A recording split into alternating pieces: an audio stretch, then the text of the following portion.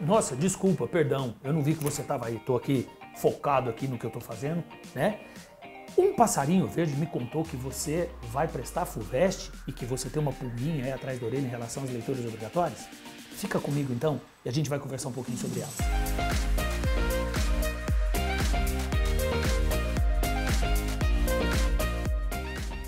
Muito prazer, eu sou o Eric, sou coordenador de português aqui do Etapa. E o que eu posso te falar sobre as leituras obrigatórias? Bom, na verdade, eu acho que a primeira coisa é você pensar o seguinte: a literatura não é importante porque ela cai no vestibular. A literatura é algo tão importante que até cai no vestibular. E se você tiver isso na sua cabeça, o próximo passo, a próxima pergunta é você fazer o seguinte questionamento: de que forma essas obras dialogam comigo? Porque eu não posso pensar nessas obras de uma forma isolada. Por exemplo, esse livro aqui, ó, esse livro do Gregório de Matos.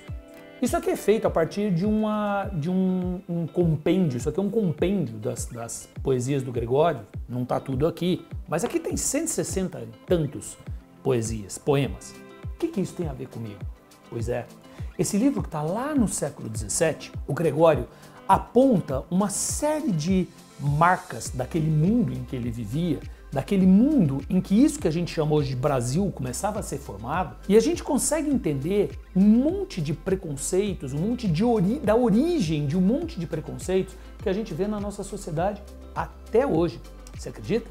Pois é. O Gregório, ele faz uma crítica, por exemplo, aos governantes. Ele faz uma crítica às ações políticas e o modo como se conduz a política. Nada mais atual, nada mais dialogante com o nosso mundo do que isso. Só que esse livro aqui, ele é bem diferente desse aqui, ó. Esse aqui é o da Cecília, esse é o Romanceiro da Inconfidência. E você sabe por que é diferente? Porque aqui, nesse aqui, a Cecília partiu de um fato histórico, a Inconfidência Mineira. E na medida que ela partiu desse fato histórico, eu consigo estabelecer nesse livro aqui uma narrativa. Há um enredo, há uma estrutura que é delineada aqui dentro, diferente desse, né? Esse aqui, os núcleos, eles são temáticos, já aqui não. Então eu consigo ler esse livro aqui como se fosse um romance. Esse já vai ser um pouquinho mais difícil.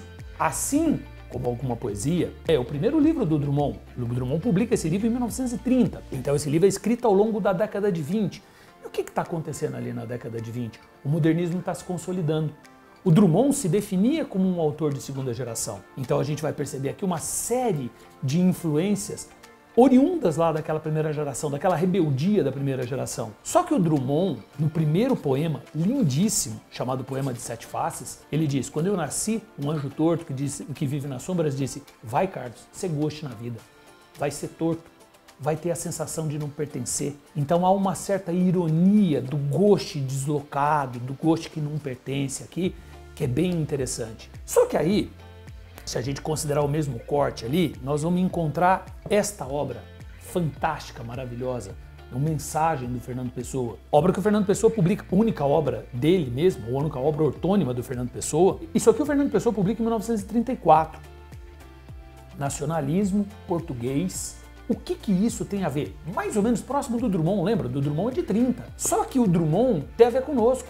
O Drummond dialoga ali com a rebeldia da primeira geração. Agora, e o Fernando Pessoa? O nacionalismo português, o que eu tenho a ver com o nacionalismo português? Pois é, acontece que o Fernando Pessoa, né, nesse entreguerra ali, Salazar já no poder, o Fernando Pessoa ele constrói uma obra extremamente nacionalista. E um nacionalismo meio mítico, em que o Fernando Pessoa se vale dos grandes heróis do passado como uma forma de projetar o futuro, uma forma de desperta Portugal. Então, existe aqui uma coisa chamada sebastianismo. E se tem uma coisa que a cultura portuguesa nos deixou como herança, e a gente nem sabe disso, é o sebastianismo. Nós, brasileiros, a gente espera o salvador da pátria. A gente espera aquele cara que vai levar o Brasil para se tornar o que o Brasil não é, né? Quer dizer, a gente dialoga com o sebastianismo. Aqui, ó, no Quincas Borba, o Machado, ele delineia uma sociedade carioca. Ele projeta nessa sociedade carioca, quase como uma metonímia, o que é a sociedade carioca. Eu consegui entender o Brasil. Então, uma sociedade de fachada, uma sociedade de hipocrisia, uma sociedade de pessoas interesseiras, de alpinistas sociais, em que um vai devorando o outro. Veja, por exemplo, a Sofia. A Sofia vai se valendo de tragédias para ela galgar na sociedade, para mudar os amigos, para ganhar influência, para ganhar importância. Então a questão do alpinismo social não é necessariamente uma questão de dinheiro, né? É uma questão de status. Você nunca ouviu, você sabe com quem você está falando? Da onde é a origem disso? Como é que isso se estruturou? Como é que isso se delineou? Aí a gente chega na mesma linha ao Angústia do Graciliano. A gente vai encontrar um cara, o Luiz da Silva, cuja origem é uma aristocracia rural que se vê obrigada por uma série de fatores: seca, pobreza, miséria, reorganização estrutural de um sistema de produção que transita para outro, que vai fazendo com que essa família vá migrando e chega à cidade. E a gente encontra um cara periférico. A gente encontra um cara lá na década de 30 que não se encaixa, ou pelo menos ele acha que não se encaixa. Um cara que tem um problema de inadequação social, que não consegue se relacionar com o outro. E a questão não é que ele não consegue se relacionar com o outro apenas, é porque ele não consegue se relacionar consigo mesmo. Ele não consegue dar conta de entender os próprios sentimentos dele. E por falar em sentimento, acho que aí eu vou ser suspeito. Não conta nada pra ninguém, tá? Mas eu adoro esse livro. Isso aqui é maravilhoso. Isso aqui é Guimarães Rosa. Isso é fantástico. O Campo Geral nos conta a história de um menininho chamado Miguelinho, que a gente precisa segurar aqui na garganta, ó, para não chorar, porque é uma história incrível. E o que você tem com isso? Pois é, esse menino, ele vai crescendo. E na medida que ele vai crescendo, o mundo vai se revelando para ele. Então nós estamos diante de um rito de passagem, ou ritos de passagem. A primeira infância vai se perdendo e esse menino vai amadurecendo. Ele vai lidando com a vida, os pais, os desacertos com os pais, as brigas dos pais, a morte do irmão, a vida que vai se delineando para ele, o horizonte dele vai se abrindo, vai se expandindo, ele começa a enxergar mais. Você lembrou, que legal, o Miguelinho era míope, e o Miguelinho ele coloca os óculos no final e o mundo se descortina para ele, o mundo se amplia para ele. Bonito, né? É lindo, é maravilhoso. Esse aqui, né, essas duas obras aqui, eu deixei para o final, pelo seguinte, são as duas obras mais novas, mais recentes, né? O Bernardo Carvalho, com o seu 9 Noites, ambos, esse aqui é o Mia Couto, com Terra Sonâmbula, ambas de 2002. E você está prestando vestibular agora, né? Em 2002 eu falo que são obras recentes, sim, porque a gente precisa de um certo distanciamento para poder enxergar as coisas.